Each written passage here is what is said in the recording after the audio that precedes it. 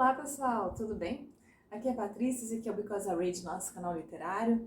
Estamos aqui hoje para conversar sobre uma das leituras que eu fiz esse mês, que eu acho que vai ser uma das melhores leituras do ano para mim. A gente está aqui para conversar sobre A Velha Nova York, de Edith Wharton. É um livro de contos, a gente encontra 4 contos aqui. Mas antes da gente começar nosso bate-papo, eu vou pedir para vocês se inscreverem no canal, para vocês acompanharem nosso conteúdo. Tem vários vídeos aqui, a gente começou a trabalhar aqui no YouTube esse ano, mas já tem um bom punhado aí de resenhas para você assistir, para você comentar. Nós temos também um perfil no Instagram, um perfil no Facebook, um grupo bem bacana, os links vão ficar aqui embaixo. A gente faz uma leitura conjunta todo mês. Esse mês estamos lendo 100 Anos de Solidão. Vai ficar o link da leitura conjunta aqui para vocês verem também. E é isso, pessoal. Vamos lá conversar sobre nossa leitura. Uma das leituras que eu escolhi para fazer agora em agosto. Eu tenho ouvido esses últimos meses falar bastante bem desse livro. Esse livro aqui, essa edição muito linda, eu adorei essa edição. Uma edição bem caprichadinha da editora Unesp. É uma série de clássicos da literatura Unesp. Tem clássicos brasileiros, clássicos estrangeiros. E esse aqui da Edith Wharton, eu nunca tinha lido nada dela, me interessou bastante, me chamou bastante atenção. Quem acompanha o canal sabe que eu gosto muito de romance, romance de época, romance vitoriano, romance da época da regência, romance contemporâneo. Eu sou uma pessoa que eu comecei a ler através dos romances, dos livros de fantasia. Com o tempo, esse meu gosto, minha predileção de leitura, ela foi se modificando, mas ainda a minha base é o romance, gente. Eu gosto muito de um romance, sem vergonha nenhuma de falar. Contemporâneo, young adult, essas escritoras mais populares, os escritores clássicos. Eu gosto de romance. Então, eu quis conhecer essa Edith Wharton. E o que a gente sabe sobre ela? Edith Wharton foi uma escritora norte-americana.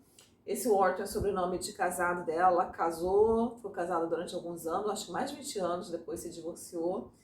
Ela nasceu em 1862, em Nova York, onde ela viveu boa parte da sua vida, mas ela morreu na França aos 75 anos, em 1937.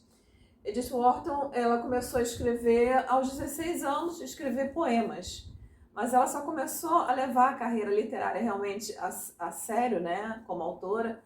Ela começou realmente a escrever quando ela chegou aos 40 anos, que eu acho que ela já estava em processo de divórcio, de separação, fora que ela se dedicou mais à leitura.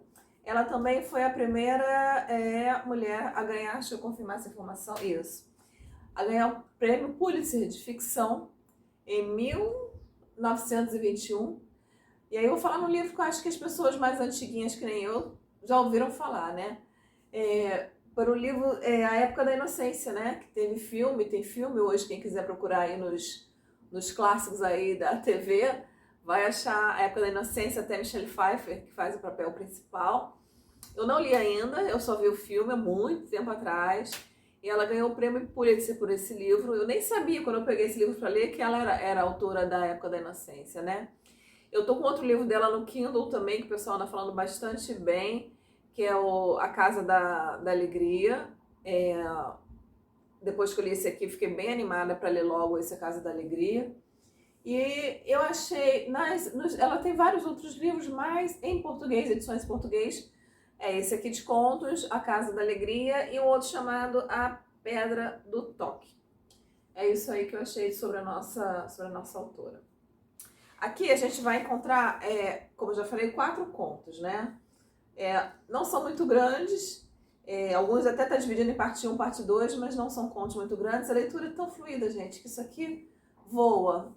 Quem acompanha aí nosso perfil no Instagram, eu andei comentando durante a semana. É aquele livro que está acabando, mas você não quer que acabe. Porque você não quer acabar essa leitura de tão gostosa, de tanta afinidade que você, né, achou com aquela autora, com aquela escrita ali, você não quer que acabe. E assim foi esse livro. A gente encontra aqui 4 contos: Falso Amanhecer, A Solteirona, A Faísca e Dia de Ano Novo.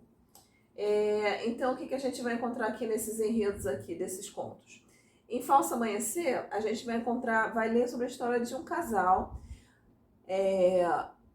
o Lewis e a Beatrice, que ele chama de Trish. E como o título do livro fala, a velha Nova York, ela vai falar, vai ser todo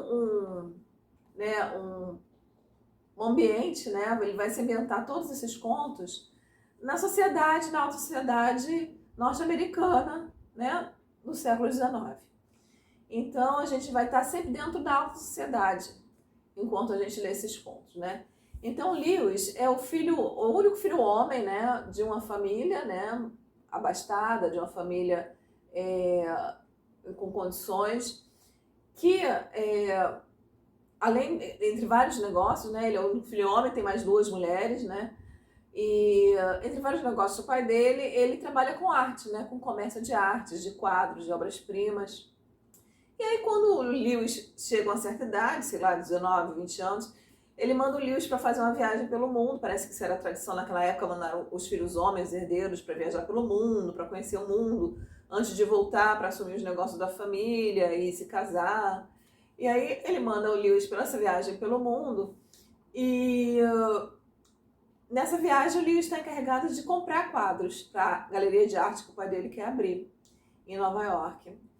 E o Lewis faz isso, gente. Eu não vou contar a história toda não se preocupem, mas é só para vocês entenderem o enredo. O Lewis faz isso, ele compra os quadros, só que em vez de comprar os quadros que o pai dele mais ou menos já tinha pré-determinado, ele conversa com vários amigos dele na Europa e tudo, que são, né, conhecem bem esse mercado de arte, e eles apontam vários novos artistas, né? E ele vai conhecer aqueles quadros, ele acha maravilhoso, então em vez de trazer os quadros que o pai, dos pintores que o pai pediu, ele traz toda essa nova coleção de quadros. E aí quando ele volta para casa, um ano depois, né, que essa viagem durou um ano, e o pai vê aqueles quadros, o pai fica tão furioso de ele ter desobedecido, de ter trazido quadros desconhecidos, pessoas que ele nunca ouviu falar, que ele praticamente ali naquele momento, ele deserta o Lewis, né?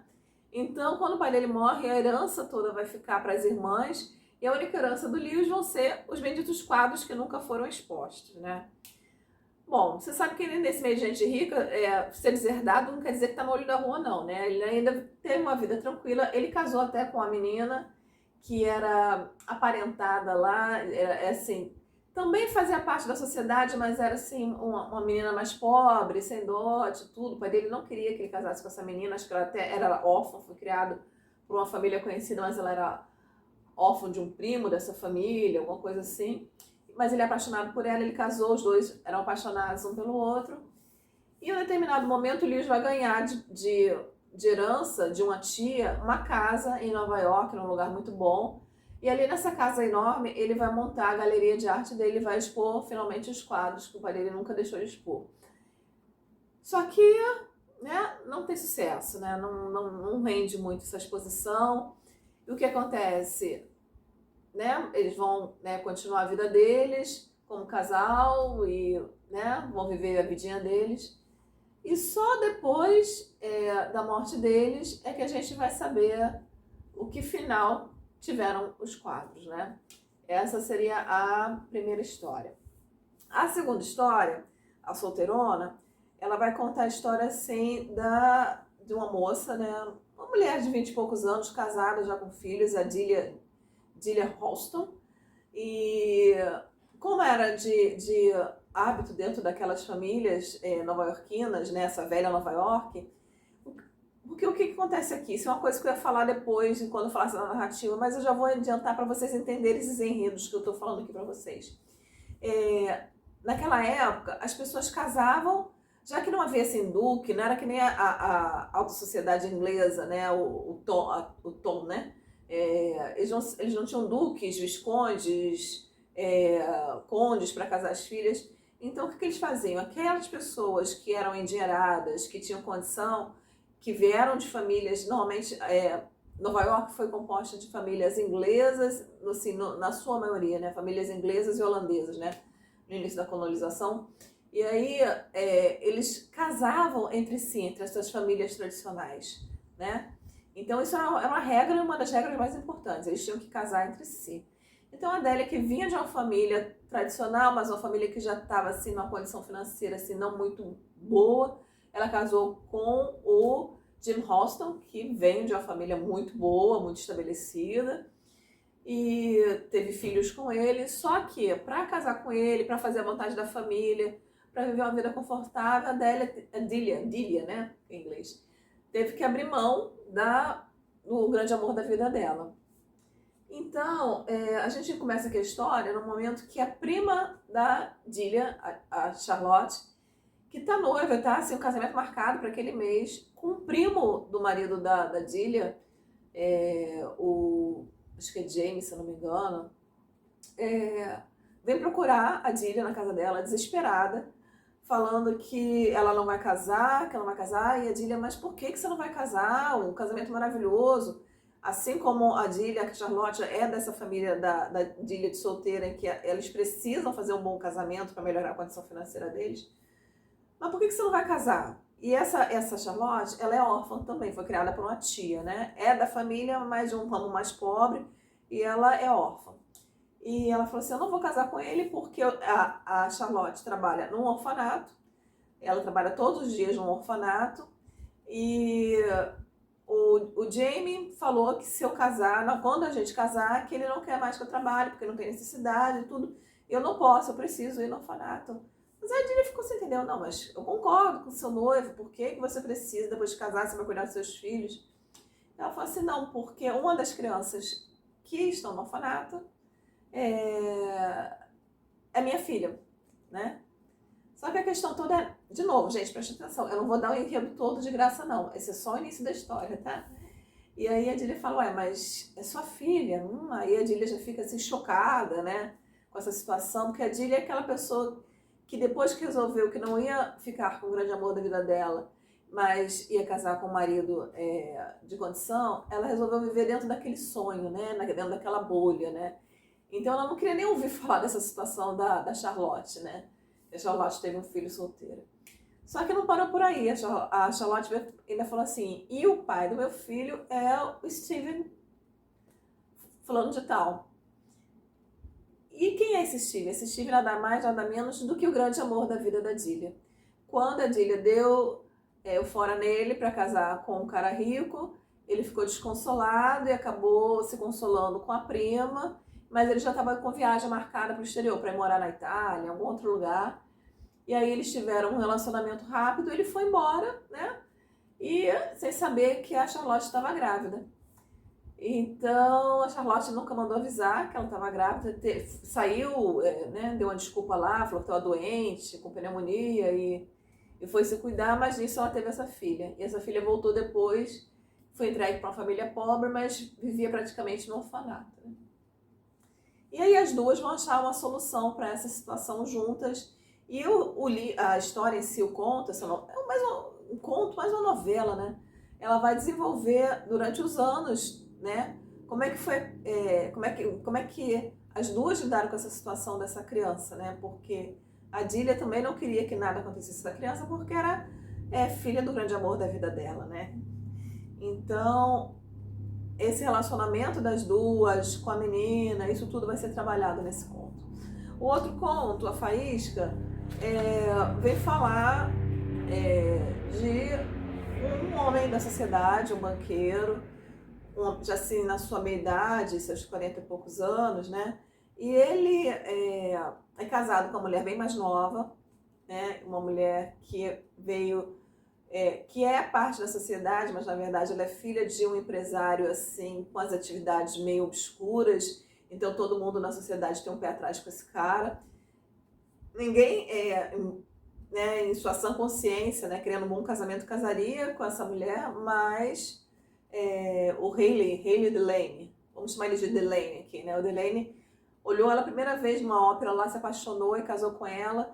Só que ela apronta, né? Ela trai ele, ela tem os casos dela, ela desrespeita ele na frente dos outros, trata ele assim de qualquer forma. E quem nos narra essa história é um amigo dele que depois vai ser um empregado dele no banco também.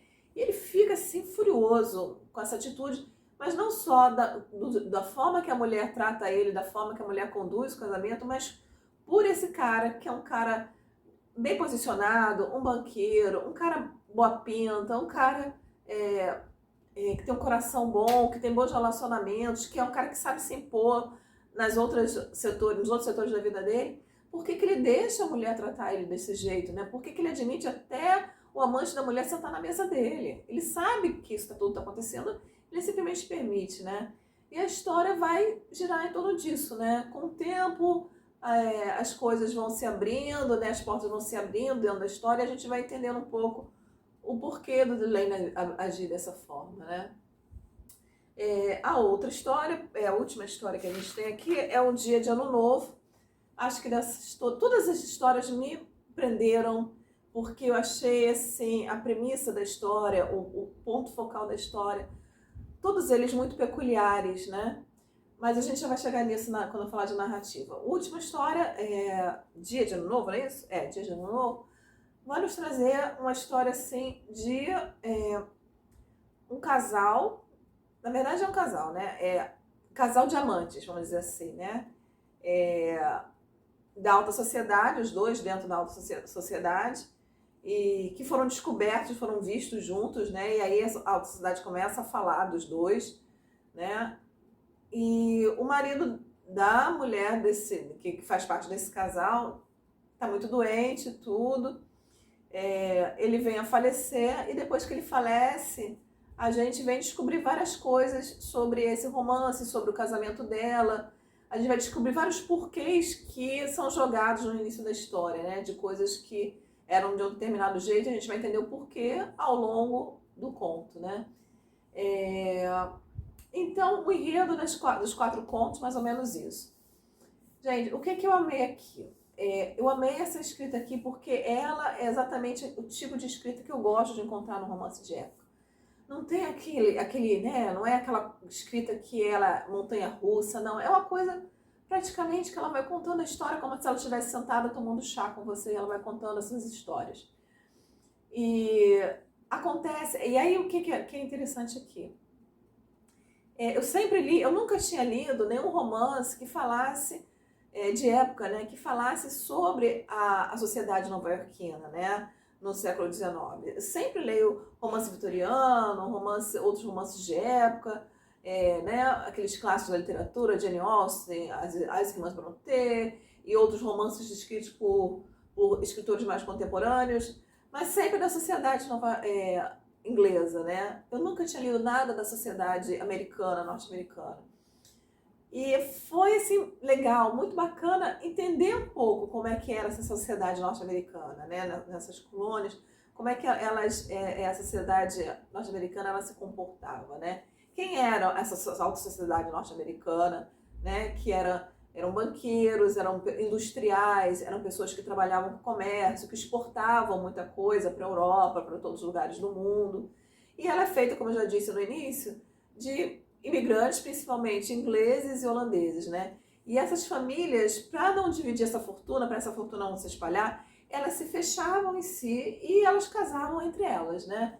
E existe uma série de regras, assim, porque na América tudo pode. Não, não era assim não. Eu acho até, pelo que eu entendi aqui, tinha mais regras dentro dessa sociedade norte-americana do que da sociedade inglesa, né? Então, era exigido, era esperado de todos um determinado padrão, comportamento, um determinado estilo de vida, tanto para mulheres como para os homens, para os jovens, para as crianças, para os mais velhos. Tinha toda uma expectativa de comportamento aqui em relação a eles, né? E ao mesmo tempo, o que eu senti muito aquela vibe aqui do pobre menino rico, né? Ao mesmo tempo que as pessoas tinham todo o luxo, toda a fortuna, que elas podiam viajar, que elas podiam comprar coisas, que elas podiam fazer festas, ao mesmo tempo elas estavam presas dentro daquele cercado de comportamentos, de expectativas sociais que elas tinham que obedecer aquilo. Aquilo ali era muito marcado sob pressão para elas cumprirem aquilo ali, né? Senão elas eram sem dó nem piedade, expurgadas, né? Colocadas para fora desse meio social. Isso a gente vai ver muito nos 4 contos, né? E as 4 situações são situações muito peculiares, né? E a Edith Wharton ela trabalha muito nas sutilezas, a trama é muito inteligente, e e ela vai trabalhar os relacionamentos. Aqui às vezes é narrado em terceira pessoa, às vezes é em primeira pessoa, alguns contos, mas não pelo protagonista, como se alguém tivesse, um amigo do protagonista, alguém que ouviu contar aquela história, depois teve ciência. E assim, as histórias são sempre memórias, né? Elas são contadas de trás para frente. Acontece um determinado evento, e aí aquela pessoa, ou né, o escritor vai narrando o que aconteceu para levar aquela situação, para chegar aquilo ali, né?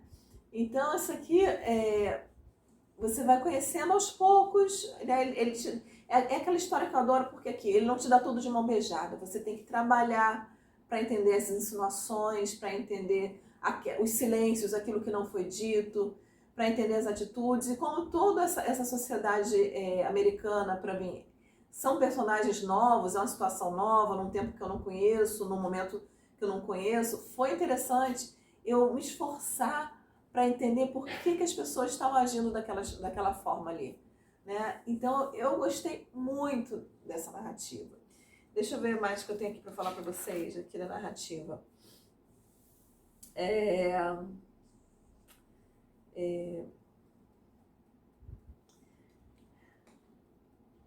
O que